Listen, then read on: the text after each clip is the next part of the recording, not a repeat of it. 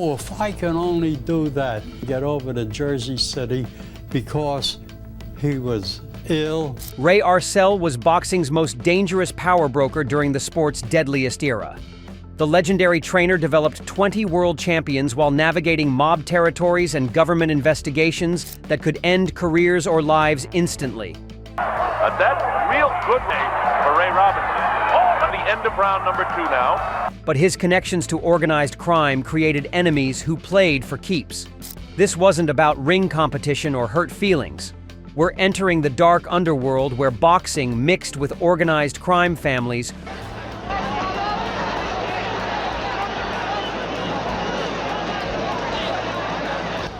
who controlled territories through violence and intimidation. Arcel operated in an environment where business disputes got settled with baseball bats and concrete shoes. Some fighters tried manipulating Arcel's criminal connections for personal advantage. Others brought unwanted law enforcement attention that threatened entire operations. A few broke the sacred code of silence that kept everyone alive and profitable. Arcel survived assassination attempts, government subpoenas, and territorial wars between crime families fighting for boxing control. His enemies learned that crossing someone with those connections meant risking everything, including their physical safety and career survival.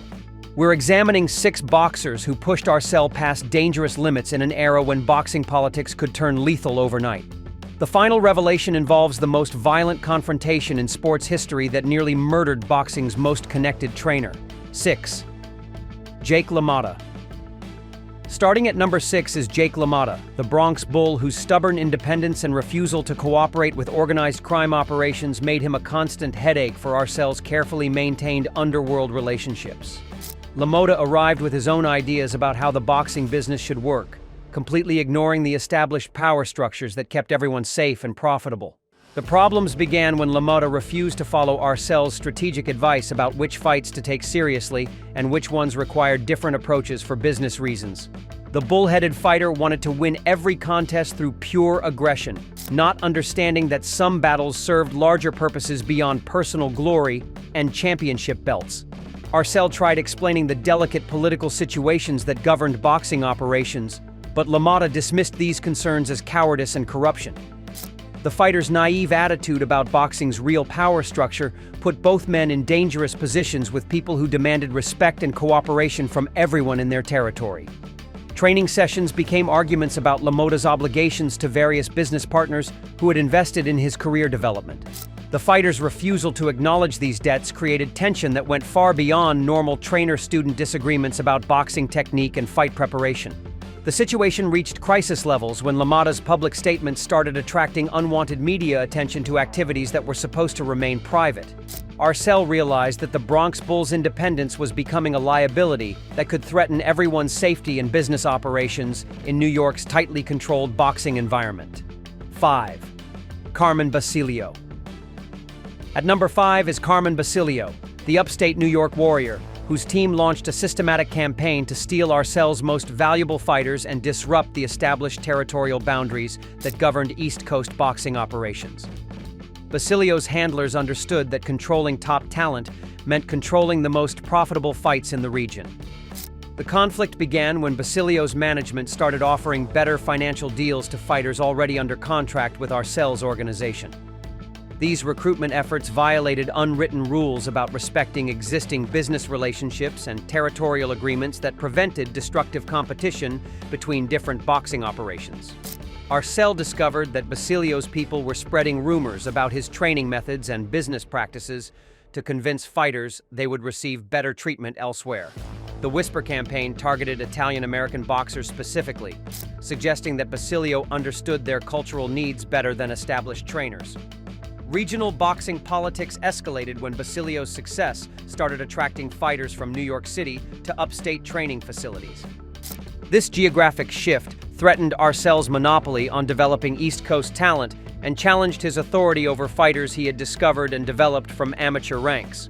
The situation became personal when Basilio's team started questioning Arcel's connections and suggesting that fighters could achieve success without owing favors to certain business partners.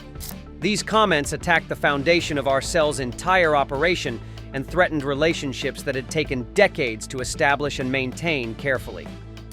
Contract disputes turned into territorial warfare as both camps fought for control over the most promising prospects in New York boxing, creating divisions that affected the entire regional power structure.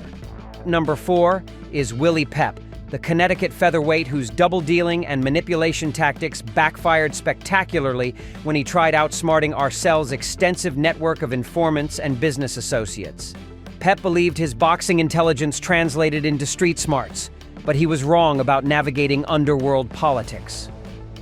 The trouble started when Pep began secretly negotiating with rival trainers while still under contract with Arcel's organization.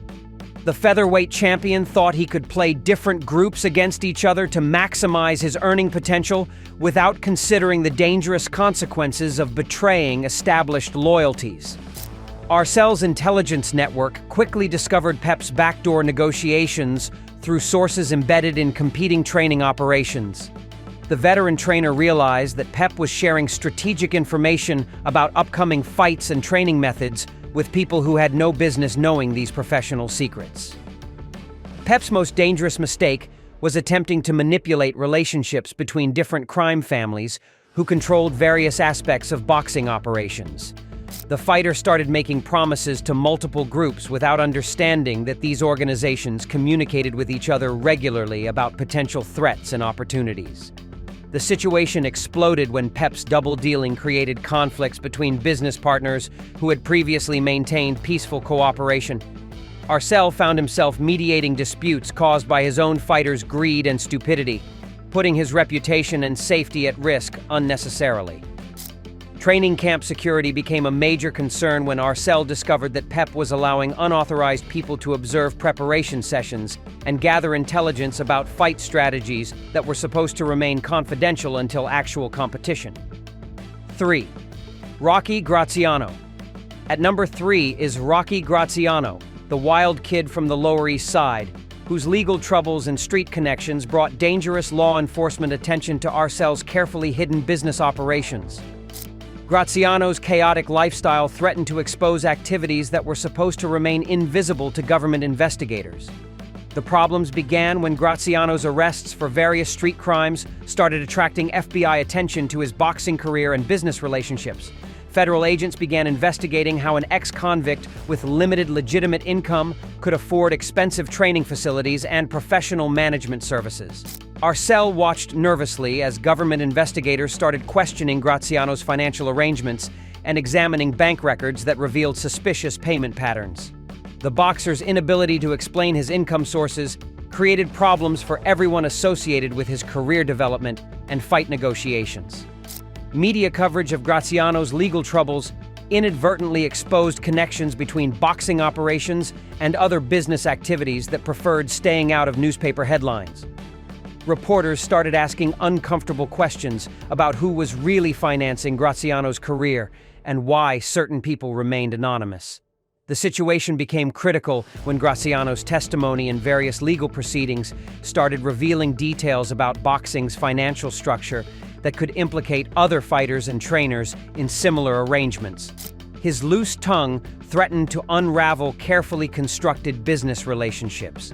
Law enforcement pressure intensified when investigators realized that Gratziano's connections extended far beyond simple boxing management into territories that federal agencies were actively monitoring.